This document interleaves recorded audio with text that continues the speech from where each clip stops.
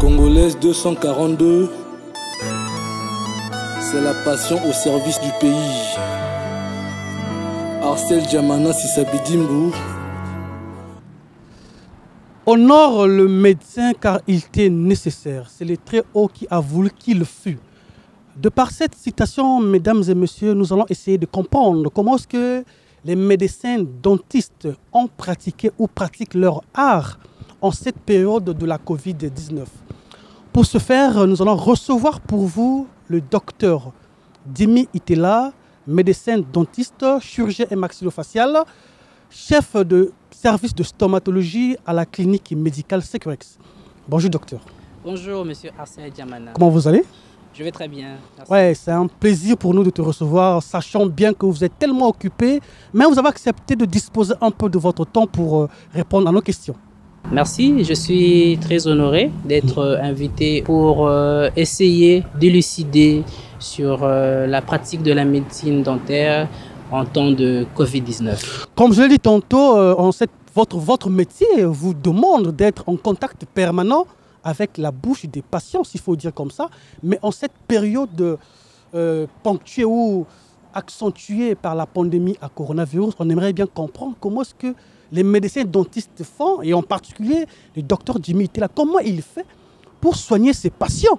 Quelle est la place de la médecine dentaire face à la pandémie de Covid-19?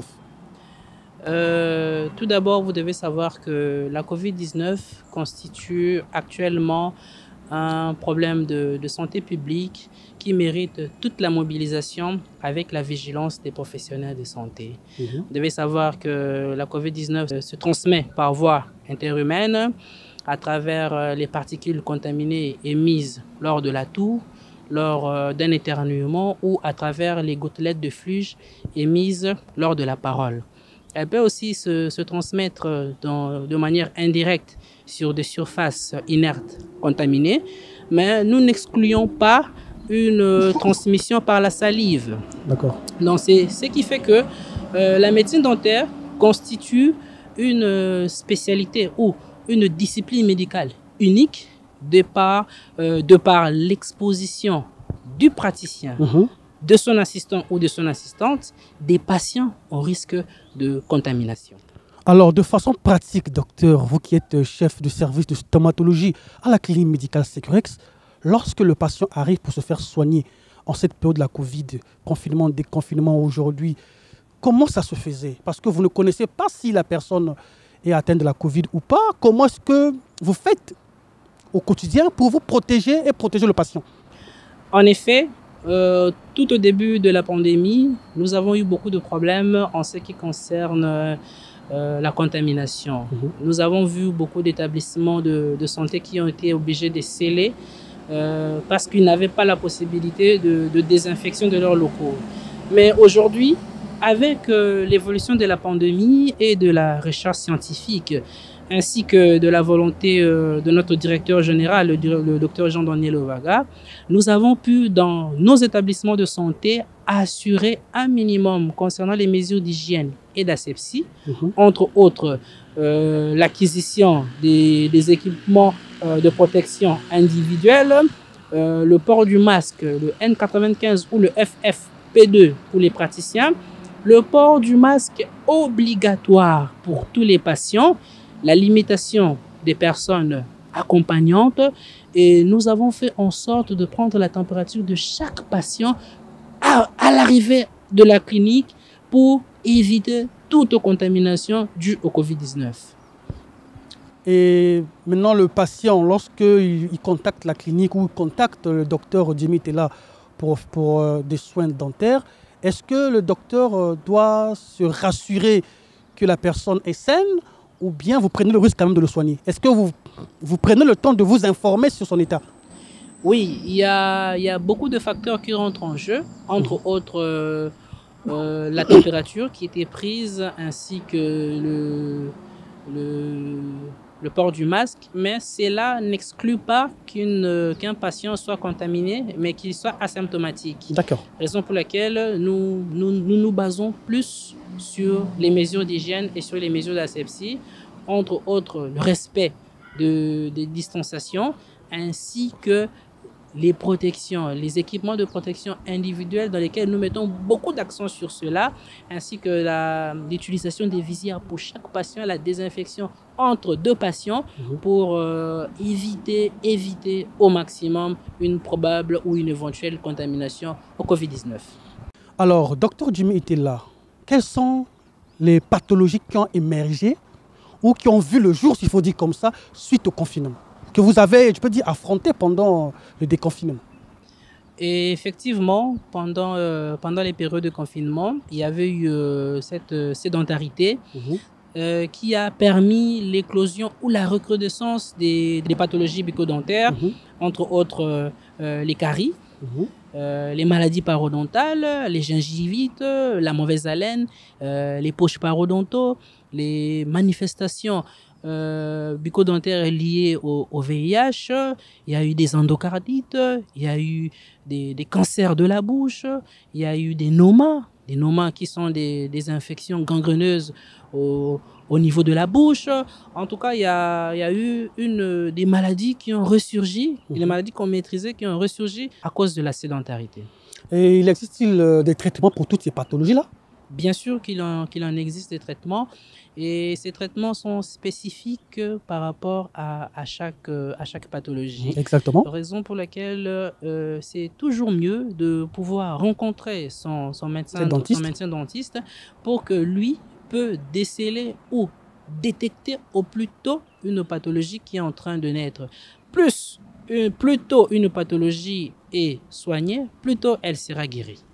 D'accord. Docteur Jimmy Itela, on est toujours en cette période de la Covid-19 que le Congo est en train de faire des efforts pour sortir tête haute. Que direz-vous à ces patients qui vous suivent maintenant? Est-ce qu'ils peuvent toujours venir vous consulter pour leur santé bucco-dentaire? Oui, la première recommandation que je donne à mes patients, c'est tout d'abord de faire des visites régulières auprès du médecin dentiste. Votre médecin dentiste est le seul à être capable à déceler au plus tôt une pathologie naissante ou en train de naître. Et parmi les recommandations aussi que je donne à mes patients, c'est la recommandation aussi, la plus primordiale, c'est le brossage. Brossez-vous les dents tous les jours, le matin et le soir, au minimum pendant 2 minutes, avec une pâte dentifrice au fluor, bien sûr. Brossez-vous le dos de la langue avec un gratte-langue. Diminuez considérablement votre consommation en sucre. Privilégiez la consommation de fruits ou des légumes, de l'eau comme boisson principale. Diminuer la consommation ou stopper la consommation de tabac, pas d'alcool, et en ce moment-là, vous aurez une vie saine et en bonne santé. Docteur Jimmy Itela, on est pratiquement à la fin, mais qu'est-ce qu'on peut retenir de l'impact de la Covid sur la pratique de votre art, qui est la stomatologie? Avec tout ce qui s'est passé à travers le monde, à travers l'Afrique, à travers la pratique quotidienne, pour pouvoir stopper cette maladie ou sa progression, nous devons promouvoir la santé bucco-dentaire. Comment? À travers les actions, des mesures d'hygiène ainsi que des mesures d'asepsie, combattre le tabagisme, réduire la consommation d'alcool, rendre le port obligatoire du masque et demander aux patients de faire des visites régulières auprès de leur médecin dentiste pour déceler au plus tôt toutes leurs pathologies. Merci docteur Jimmy Itela. Nous comprenons de par cette émission que les dispositions sont prises du côté de vous, les médecins dentistes, pour soigner vos patients malgré qu'il y a la Covid-19. Oui, nous aujourd'hui, nous pouvons le faire aisément.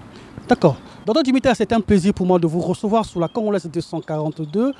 On aimerait bien vous recevoir prochainement sur la mauvaise haleine, un sujet que nous avons une fois lancé sur notre plateforme et les gens ont beaucoup réagi.